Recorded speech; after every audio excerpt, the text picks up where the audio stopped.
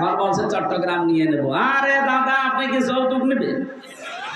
আর মেয়ে তো পালিয়ে গেছে, কিসের যৌতুক? মেয়ের বিয়েই তো আমরা মানি না, পালানো মেয়েকে এখনো মেনেই নেয়নি, যৌতুক তো আরো দূরের কথা। আর যার সাথে পালিয়েছে ওর সাথে কি মেয়ে বিয়ে দেওয়া যায়? ওর হচ্ছে ফুল হাতা আর আমাদের হাত হাতা। ফুল হাতা না তো দাদা, যতদিন হাফ হাতা না হবে ওর সাথে তো মুসলমানের বিয়ে দেওয়া যায় না। আর দাদার যে বয়স, এই বয়সে যদি এখন হাফ হাতা করা লাগে, ও গোড়া থেকে কেটে বাদ দিয়ে তাছাড়া ও মুসলমানি দিতে ও হাসান পাবেন কোথায়? বুড়ো বয়সে ও পাকা জিনিস এখন কাটতে গেলে তো সমস্যা। দেখা যাচ্ছে হাসামে ডাক্তারে বললো ঠিক আছে নিয়ে আসে, আগা কাটতে যে মোড়া কেটে দিচ্ছে। ওর বিয়ে করার 7 মিনিট হবে। ভারতে এখন নিয়ে নেবে চট্টগ্রাম।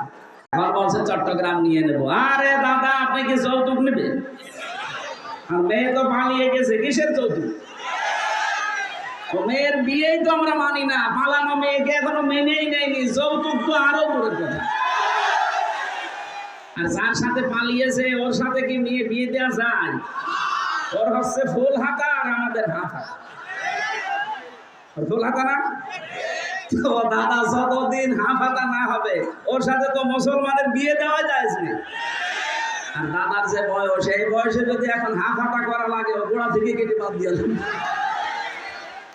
তাছাড়া ও মুসলমানি দিতে ও হাসান পাবেন কোথায়? বুড়ো বয়সে ও পাকা জিনিস এখন কাটতে গেলে তো সমস্যা। দেখা যাচ্ছে হাসামে ডাক্তারে বললো ঠিক আছে নিয়ে আসে, আগা কাটতে যে মোড়া কেটে দিচ্ছে। ওর বিয়ে করার 7 মিনিট হবে। ভারতে এখন নিয়ে নেবে চট্টগ্রাম।